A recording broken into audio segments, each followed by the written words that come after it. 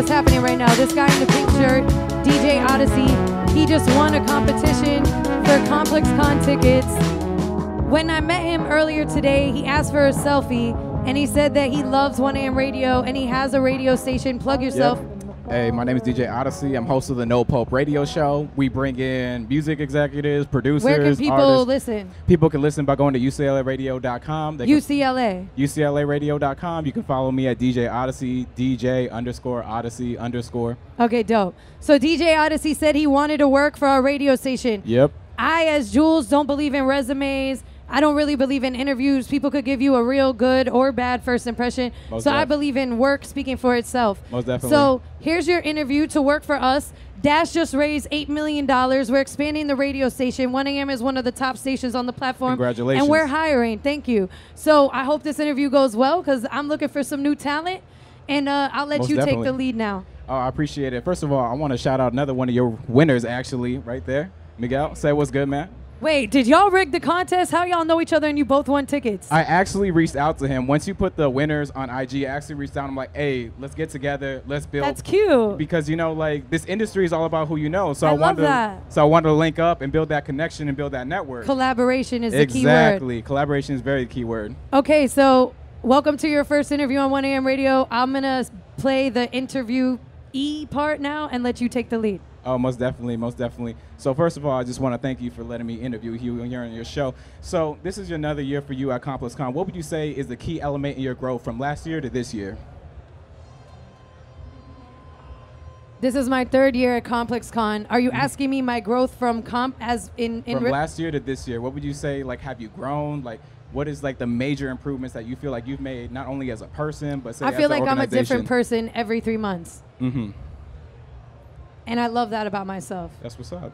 I feel like I'm not the same person I am today. Louis, you could come sit down. Come sit down, bro. This is Louis Knows. He's the homie. Hey, what's up, man? How you doing? So my team who's on deck right here, we got Dre videoing, we got Mars. He's the one who finds people like Little Toe and Little Nar and Jaleel and all the amazing up-and-coming artists that we play on our radio station on a day-to-day basis. So I think that they could be kind of my witness in a sense of I'm not the same person right now as I was before Paris Fashion Week. Like, Definitely. I think the biggest difference between last year and this year is I've humbled myself, which is extremely important. Most definitely. Because it's easy to forget where you come from and where you're trying to go when all this is happening, right? Yeah, it's a lot of chaos It's a out lot. right there. It's a lot of stuff going on. So I think that's been one of the #1 things, and also really just having compassion. I think when bad things happen to you in life, where you might say something and everybody thinks you're this evil kind of person because of one 140 character tweet that you wrote, or that's out of context. Something that's out of context. Exactly. Or, you know, a video is released that you're uncomfortable with or whatever. Like, once you go through those things, you get to a point where you're like right here. Like, how can you laugh at somebody for being on the ground when you just came from being on the ground? Yeah, how can you hate on someone who's trying to elevate themselves? Yes, so I think that I'm not quick to judge.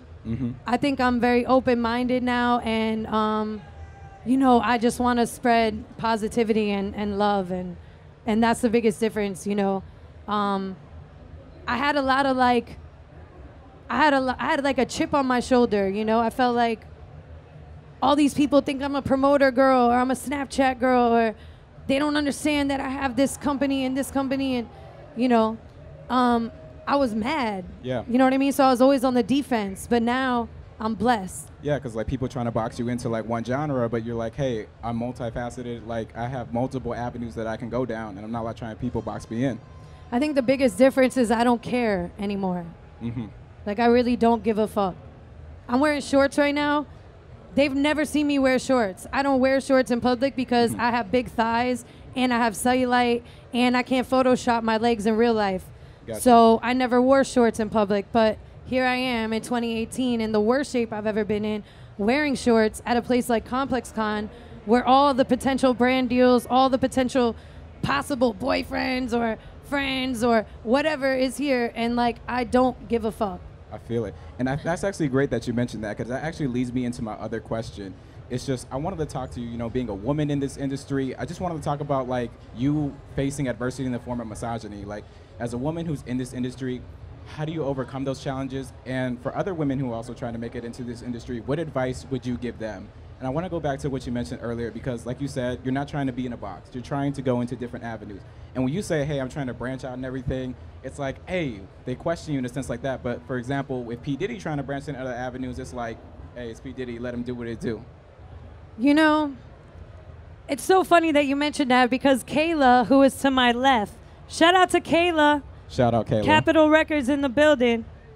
I went to her not too long ago, and I was working on a label deal for 1 a.m. Yeah. And I had a 7-figure deal on the table. And then I dropped a song on SoundCloud, and the label took the deal off the table because they were confused as to how I was going to run a label and have a song at the same time. And I said, but wait a minute. What did Puff do? Exactly. What is Drake doing? Exactly. What is Trippie Redd doing? What's Richard Kidd doing? You mean all these men could have labels and all these men could make music, but I can't be a creative and a entrepreneur at the same time also? Right, they're trying to keep you in one lane versus you trying to expand. I'm just here to do what makes me happy every single day. If I wake up and making a song is gonna make me happy, that's what I'm gonna do. If I wake up and running a radio show where people could voice their opinions at ComplexCon makes me happy, then that's what I'm gonna do. So in terms of how am I gonna run a label and drop music at the same time, I'm gonna do it the same way your brothers did.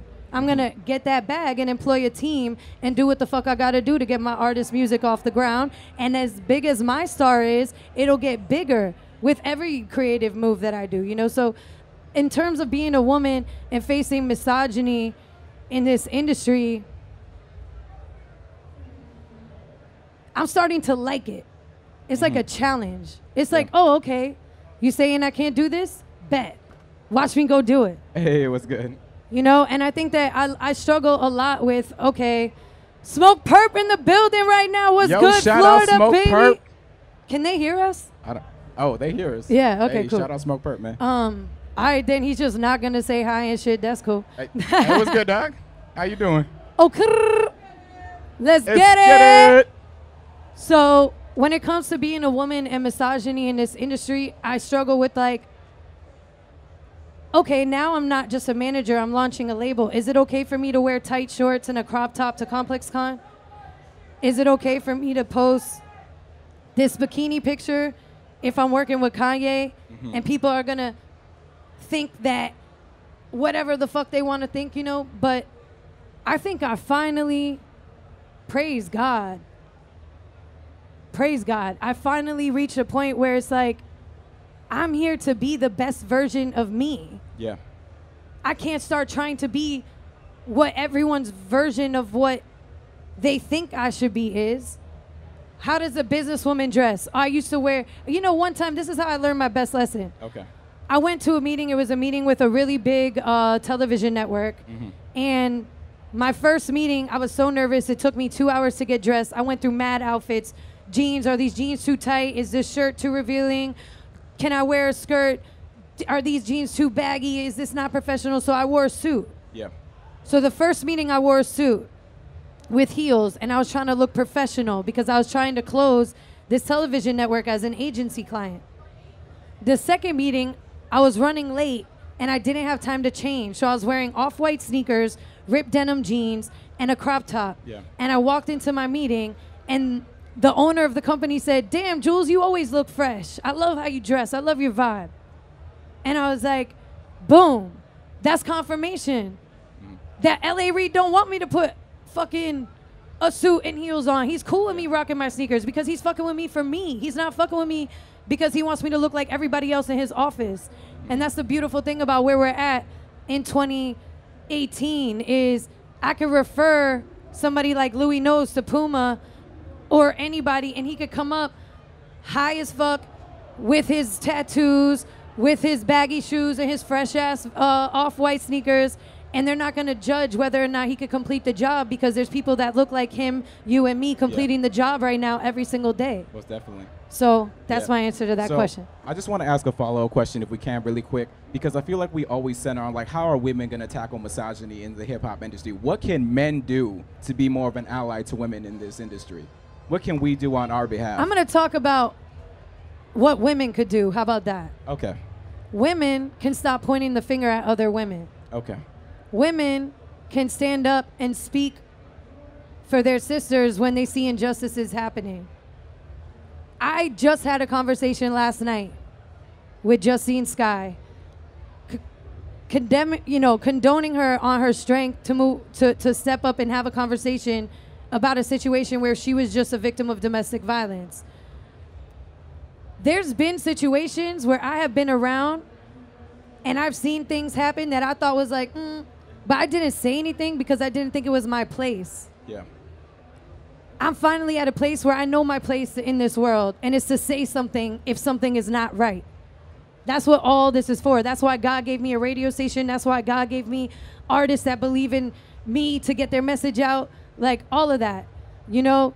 Yeah, so I feel like I've been in those shoes where I've been like, damn, if I speak up against this guy, is this gonna affect my business? Or, you know, is this label not gonna fuck with me anymore? Fuck that. Yeah.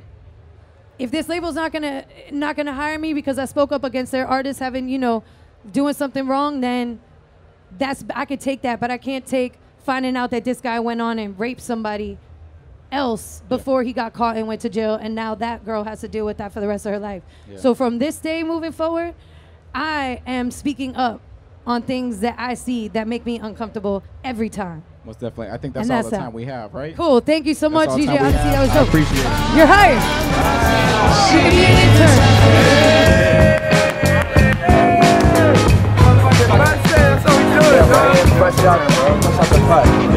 YesJulz gave me an interview, man. It's like right there on the spot. Oh, I thought you were handing me the blunt. That's why I was like, I was over there. Okay. Nah, but yeah, bro, it was crazy. Just like interviewing YesJulz and everything. As you know, she's like a social media mogul. Got like millions of followers and shit like that. So just going in there, you know, I feel like I couldn't doubt myself, and I feel like that was the biggest thing. I've been doing this for a couple years now. So I just had to rely on myself, trust myself to ask the right questions, trust myself to intervene when I had to intervene, and just keep the energy organic. And to be honest with you, I felt that's what it was. I felt like we had some good questions, I felt like we had some good dialogue, some good feedback. She was talking about expanding and just kind of like interject, so about like, hey, this is my audition, and I feel it worked out. I feel like big things are gonna happen the next year. I feel like next time year come, I'm gonna have my own booth. Hopefully, you know, I have you to help behind the camera, bring the homie too. Here with my, you know, my MC, my hype man, comrade, the Colombian brothers, bro, the parceros, bro. Colombian clan, bro. Colombian too. We out.